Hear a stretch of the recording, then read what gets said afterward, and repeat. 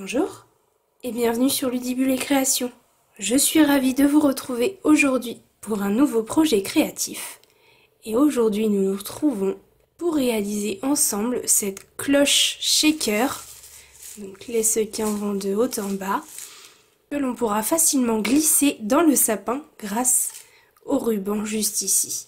Je ne sais pas vous, mais moi j'adore ce petit pingouin au centre de ma cloche, les petits détails pailletés sur mon ruban. Je suis vraiment fan de ce projet et j'ai hâte de le glisser dans mon sapin. Même si pour le moment on peut attendre encore un petit peu pour mettre le sapin. Vous souhaitez apprendre à la réaliser ? Je vous laisse me suivre. Dans un premier temps, pour la réaliser, il vous faut deux morceaux. Un morceau de papier blanc pour le fond de notre cloche et un morceau de papier uni ici frisé en fleurs. Et ici, juste là, c'était juste jade, qui mesure 8,5 cm par 8 cm. Celui-ci est un petit peu plus grand, tout simplement parce que c'était une chute et que je ne l'ai pas recoupé. Bien évidemment, il vous faut un dôme à secouer cloche. À l'intérieur, vous en avez 10. Donc de quoi réaliser, pourquoi pas, 10 boules shaker ou 10 cartes avec un joli dôme.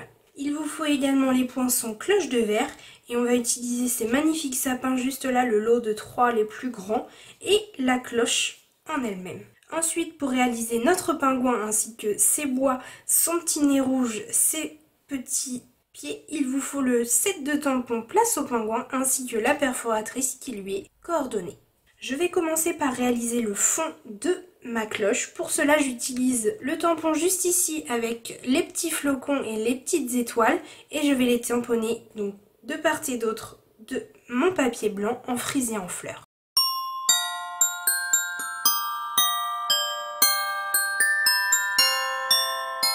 Une fois que mon fond est fait, j'adore, je trouve qu'on dirait presque un papier imprimé, les flocons et les étoiles. On va maintenant pouvoir découper nos sapins, donc on va en découper 2 en frisé en fleurs et 2 en sous l'écume dans des chutes.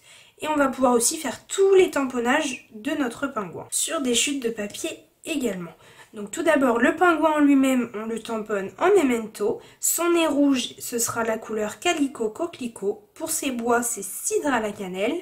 Et pour ses petites pattes, ce sera mélodie de mangue. Je fais tous mes tamponnages, je viens faire ma perforation et on se retrouve une fois qu'on aura toute notre décoration.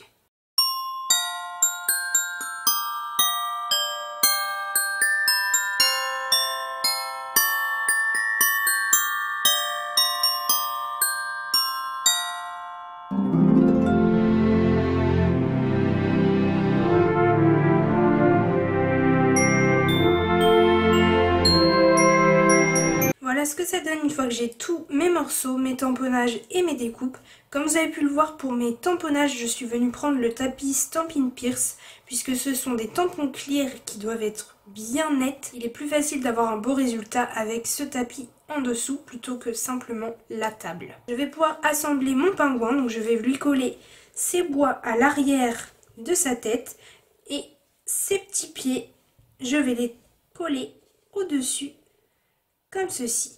En ce qui concerne mes sapins, je vais venir hop, hop, à peu près comme ceci. Et pour voir si je suis bien placée sur mon papier, tout simplement je viens placer ma cloche. Et je vois que je suis plutôt pas mal puisqu'ils sont plus ou moins au centre et on ne dépasse pas au niveau du haut. Donc je peux coller comme ceci. Je colle mes sapins et mon pingouin et on se retrouve juste après.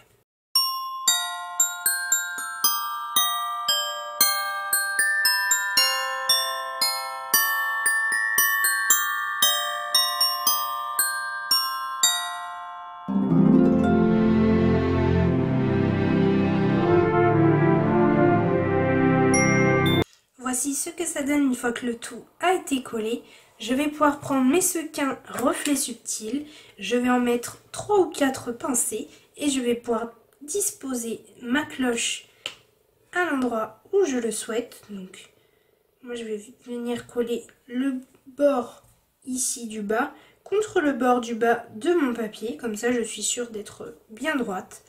Et je viens tout simplement retirer l'adhésif. Vous avez un adhésif sur l'arrière de la cloche et un adhésif sur le devant de la cloche.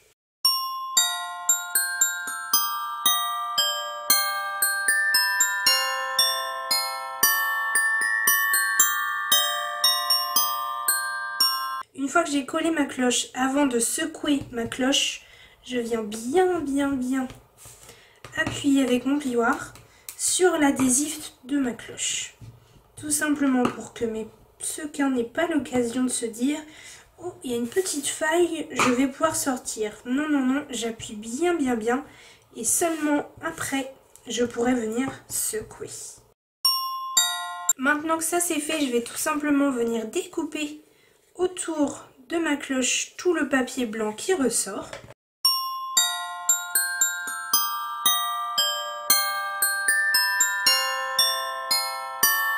Une fois que c'est fait, quand même, c'est beaucoup plus joli. J'ai un fond tout blanc, mais je ne sais pas si je vous ai montré le fond de celui-ci. Donc voilà, pour le moment, ce que ça donne. On va pouvoir prendre notre papier frisé en fleurs ainsi que notre cloche et on va venir la couper bien au centre du papier. J'obtiens le négatif et la découpe. La découpe, vous l'aurez compris, on viendra la coller ensuite comme ceci pour cacher le ruban. Mais dans un premier temps, nous on va s'occuper de ce morceau-là. On va retirer l'adhésif de la cloche et on va tout simplement venir glisser notre papier frisé en fleurs comme ceci. Et on va faire comme avec le papier blanc. On va venir découper tout autour le papier qui est en trop.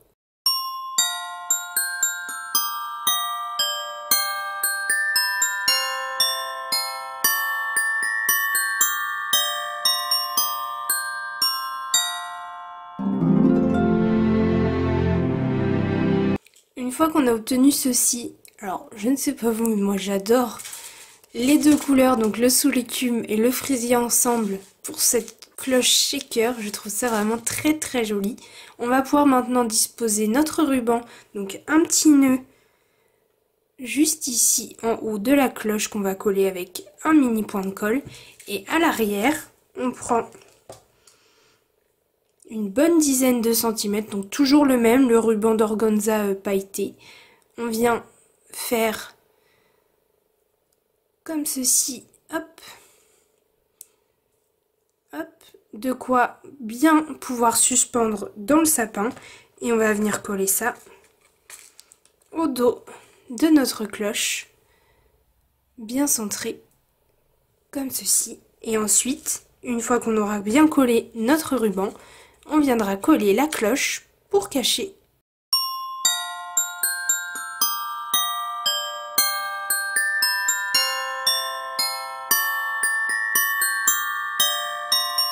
Et voilà ce que ça donne une fois que le ruban a été installé.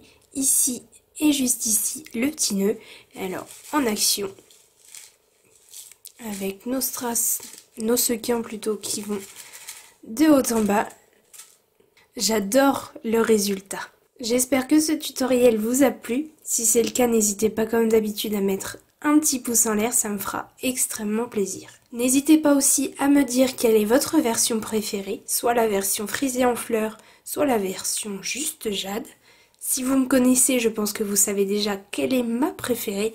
Effectivement, j'ai un coup de cœur pour la version frisée en fleurs. On se retrouve très bientôt pour un nouveau tutoriel.